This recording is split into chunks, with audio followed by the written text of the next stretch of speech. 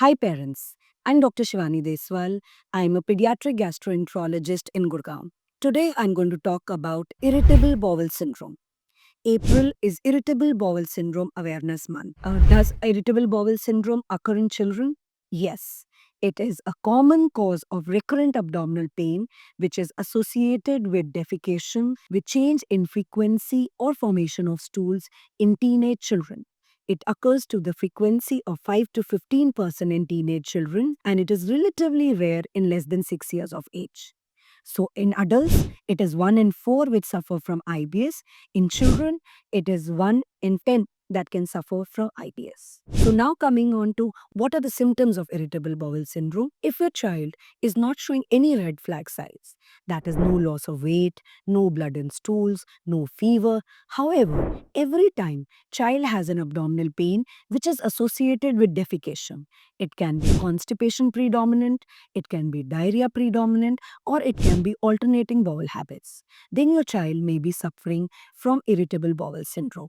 It can lead to bloating in your child and irritability and brain fog and decrease his general activities. Irritable bowel syndrome, as we describe in simple language, is high interaction between the gut and the brain axis of your child. So, if your child, large bowel, gets either hyper excited, it can lead to pain abdomen along with diarrhea, or a decrease in motion.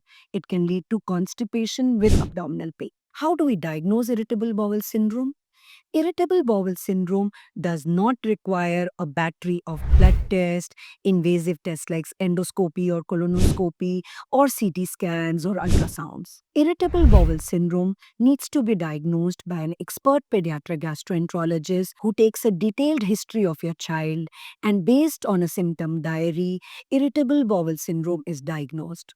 Yes, sometimes we do a few important tests to rule out gluten sensitivity or IBD, which are common mimickers of IBS. Once the diagnosis of irritable bowel syndrome is made, it is of course treatable, and diet has a major role.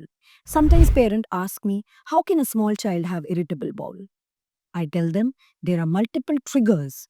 The triggers could be diet, the triggers could be past infection, the triggers could be stress or hidden anxiety. Even gut dysbiosis due to overuse of antibiotics can lead to irritable bowel syndrome. Diet of your child has a major role in irritable bowel syndrome. So, if a child's diet is high in dairy, it is high in gluten, it is high in spicy food, it is high in caffeinated drinks, it is high in processed food, then your child may be prone to irritable bowel syndrome.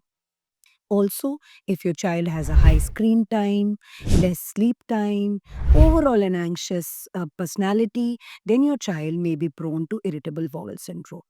Overuse of antibiotics and over the counter medicines can also predispose your child to irritable bowel syndrome. So, once the symptom diagnosis is made and the doctor feels that your child has irritable bowel syndrome, there are sometimes a few medications that are used. So, if your child is having a constipation predominant irritable bowel, the laxatives may be tried and a high fiber diet may be tried.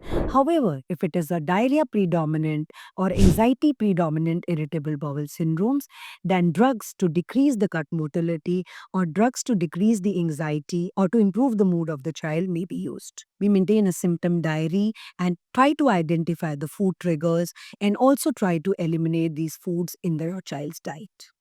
So, irritable bowel syndrome is a symptom based diagnosis, not based on a battery of tests. It just needs to be diagnosed by an expert pediatric gastroenterologist, and it is a treatable condition with the help of diet and few medications.